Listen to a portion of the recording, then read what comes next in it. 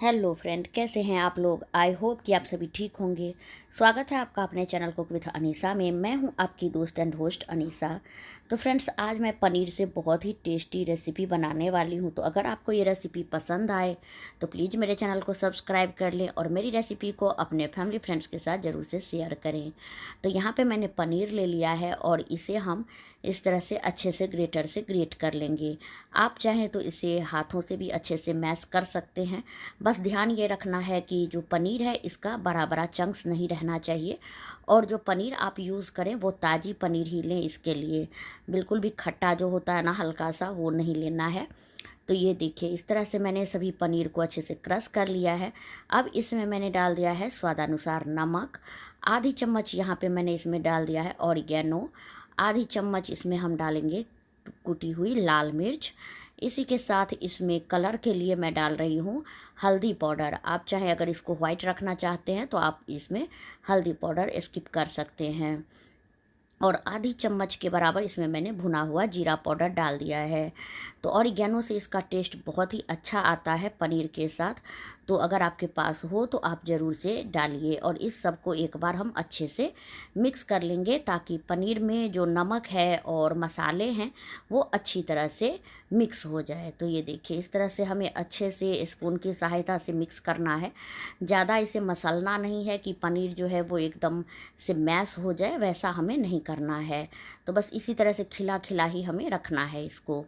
तो चलिए, अब इसमें जो है मैं डालूँगी प्याज और कटी हुई एक मीडियम साइज़ की, और इसी के साथ एक हरी मिर्च। तो अगर आप प्याज लहसुन नहीं खाते हैं तो बिना प्याज के ही आप इसे बना के तैयार कर सकते हैं। तो इस तरह से मैंने इसमें प्याज और हरी मिर्च डाल दिया है और इसे हम अच्छे से एक बार और मिक्स कर लेंगे। तो ये देखिए, हमारा जो मसाला है वो रेडी हो चुका है। अब यहाँ पे मैं ले रही हूँ आटा। तो ये जो रोटी बनाया था मैंने दोपहर में, उसमें से आटा बच गया था, तो वही आटा यहाँ पे मैं यूज़ कर रही हूँ। तो बस एक बार अच्छे से इसे हम मसल लेंगे। तो ये बाहर में ही रखा हुआ था तो इसे मुझे ज़्यादा मसलने की ज़रूरत नहीं पड़ी है। अगर आप फ्रीज में रखेंगे तो थोड़ी देर पहले आपको निकाल के बाहर रखना पड़ेगा। तो इस तरह से इसकी मैं लोई तोड़ लूँगी। तो यहाँ पे मैं 4 लोई बना रही हूँ, जितना हमारे पास आटा था उसका। तो जितना बड़ा हम रोटी बनाते हैं ना, उतना ही बड़ा हमें इसका लोई तोड़ लेना है। और अब एक लोई लेंगे और इसे अच्छे से इस तरह से स्मूथ कर लेंगे। और यहाँ पे मैं चॉपिंग बोर्ड पे इसे बेल रही हूँ। आप इसे चकला बेलन पे भी बेल सकते हैं। और हल्का सा सूखा आटा इसमें लगा देंगे और अब इसे हम बेल लेंगे। तो सूखा आटा लगाने से ये चिपकता नहीं है और बहुत ही आसानी होती है इसको बेलने में। ये देखिए, तो इस तरह से अच्छे से जितना बड़ा हम नॉर्मली रोटी घर में बनाते हैं ना, उतना बड़ा हम इसे बेल के तैयार कर लेंगे। तो ये इस तरह से हमें इसे बेल के तैयार कर लिया है। इसी तरह से जो हमारे चारों रोटी है उसे भी हम धीरे धीरे बेल लेंगे। तो ये देखिए, इस तरह से हमें अच्छे से सभी रोटी को एक ही साइज में लेकिन बेल के तैयार करना है। तो इसी तरह से हमने यहाँ पे बेल लिया है। अब एक रोटी ले लिया है मैंने और इसमें हम लगा देंगे टोमेटो केचप।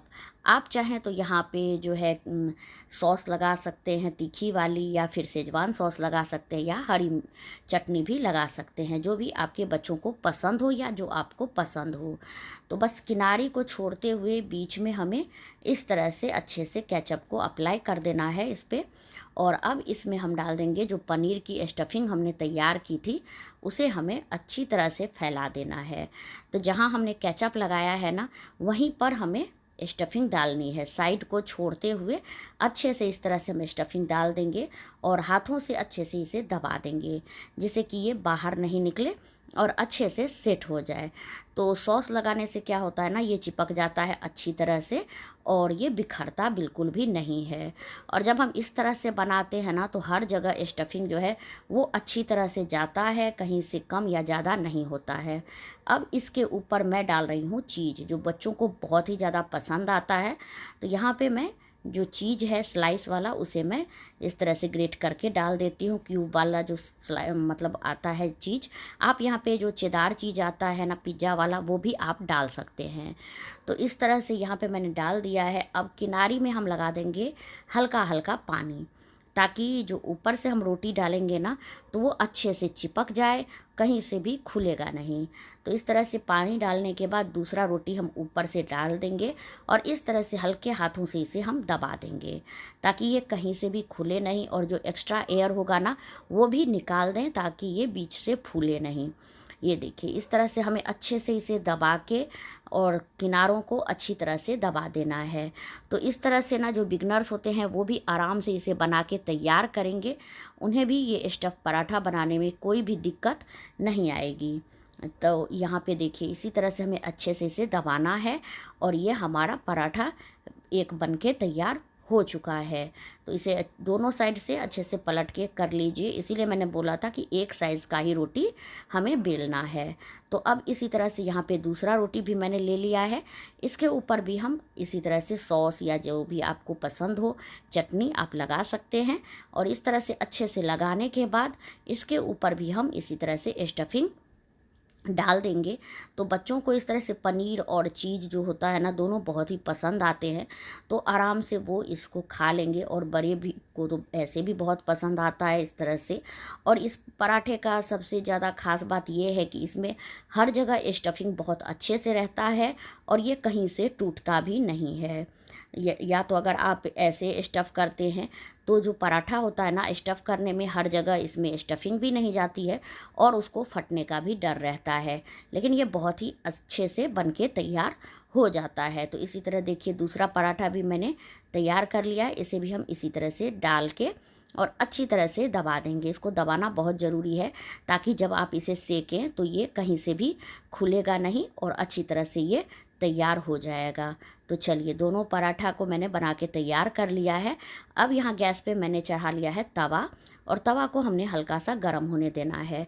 जैसे ही तवा गर्म हो गया है मैंने इस पे डाल दिया है पराठा और तुरंत इसे बिल्कुल भी नहीं पलटना है, इसे हमें लो फ्लेम पर ही पकाना है क्योंकि इसमें डबल साइड जो रोटी है ना तो इसे अच्छे से हमें पकाना ज़रूरी है ताकि कहीं से भी हमारा जो रोटी है वो कच्चा ना रहे। तो अब इसे मैंने पलट लिया है थोड़ी देर के बाद और इसे हम इस तरह से घुमाते जाएंगे थोड़ी थोड़ी देर पे और जो किनारी है ना उसे हम इस तरह से दबाते जाएंगे। अगर आपको हाथों से दिक्कत हो रहा है तो इस तरह से स्पैचुला से भी आप इसे कर सकते हैं क्योंकि जो बीच का पार्ट होता है ना वो उठ जाता है और किनारी जो है वो अच्छी तरह से सिकता नहीं है, इसलिए एक साइड को दबाना बहुत ज़रूरी है जिससे कि यह साइड से भी अच्छे से सिक जाए। और आप देख सकते हैं अभी से ही हमारा जो पराठा है वो अच्छी तरह से फूल रहा है। तो अब इस पर हम डाल देंगे घी। तो मैं यहाँ पे घी में बना रही हूँ, आप इसे ऑयल में भी बना के तैयार कर सकते हैं, लेकिन जो बच्चों के लिए आप पराठा बनाएं ना तो हमेशा घी में ही बनाना चाहिए ताकि उसका टेस्ट भी अच्छा आता है और बच्चों के लिए बहुत ही ज़्यादा हेल्दी भी होता है। तो मैं हमेशा घी में ही पराठा बनाना प्रेफर करती हूँ। तो इस तरह से देखिए इस तरह से हम दबाते हुए अच्छे से घी डालने के बाद इसे दोनों साइड से क्रिस्पी होने तक सेक लेंगे। इसको सेकने में हल्का सा टाइम लगेगा क्योंकि हमने 2 रोटी का बनाया है ना तो थोड़ा सा टाइम ज़्यादा लगता है अगर आप थोड़ा क्रिस्पी बनाना चाहते हैं तब। अगर आप फ्लेम को हाई कर देंगे तो ये ऊपर से तो पक जाएगा लेकिन अंदर से कच्चा रह जाएगा, इसीलिए लो टू मीडियम फ्लेम पर ही हमें इसे पका के तैयार करना है। और इस तरह से किनारी को दबाते जाइए ताकि किनारी जो है वो अच्छे से पक जाए, कहीं से कच्चा ना रहे। और ये देखिए कितने अच्छे से ये फूल रहा है, बहुत ही अच्छे से बन जाता है ये और टेस्ट तो ज़बरदस्त आता है। और जब इसमें चीज़ जो मैंने डाला ना वो जब मेल्ट होता है तो और भी बहुत ज़्यादा टेस्टी ये लगता है। तो इस तरह से देखिए हमारा जो पराठा है वो दोनों साइड से अच्छे से सिक चुका है, तो इसे हम निकाल लेंगे। इसी तरह से दूसरा पराठा भी मैं बना लेती हूँ। तो इसी तरह से जितना भी आपको बनाना है उतना आप एक बार में बना के तैयार कर सकते हैं और इसे बनाने में ज़्यादा टाइम नहीं लगता है। बस पहला पराठा जो होता है ना उसको सेकने में टाइम लगेगा, उसके बाद फटाफट से ये तैयार हो जाता है। तो इसी तरह से देखिए दूसरा पराठा भी दोनों साइड से अच्छे से पहले मैंने सेक लिया है। अब इसमें मैंने घी डाल दिया है और घी डाल के इसे भी हम अच्छे से दोनों साइड से इसी तरह से घुमाते हुए पलटते हुए पका लेंगे। और ये देखिए ये पराठा भी कितना अच्छा से फूल के तैयार हुआ है। तो इसी तरह अगर आप थोड़ा कम क्रिस्पी खाना चाहते हैं तो आप पहले ही निकाल लीजिए, और अगर ज़्यादा क्रिस्पी पसंद है तो आप उस तरह से बना के तैयार कर सकते हैं। तो बच्चों को हमेशा क्रिस्पी चीज़ ज़्यादा पसंद आता है, तो मैं इसी तरह से बनाती हूँ। तो चलिए ये बन गया है, हमारा दूसरा पराठा भी रेडी हो चुका है। तो यहाँ पे मैंने इसे निकाल लिया है प्लेट में, और अब इसे हम कट कर लेंगे। क्योंकि बच्चों को ना जब आप लंच बॉक्स में देते हैं तो इस तरह से अगर देंगे तो देने में भी अच्छा नहीं बनता है, और बच्चों को खाने में भी दिक्कत होता है। और इस तरह से अगर हम उसको कट कर देते हैं ना पिज़्ज़ा के शेप में, तो उन्हें खाने में भी अच्छा लगता है।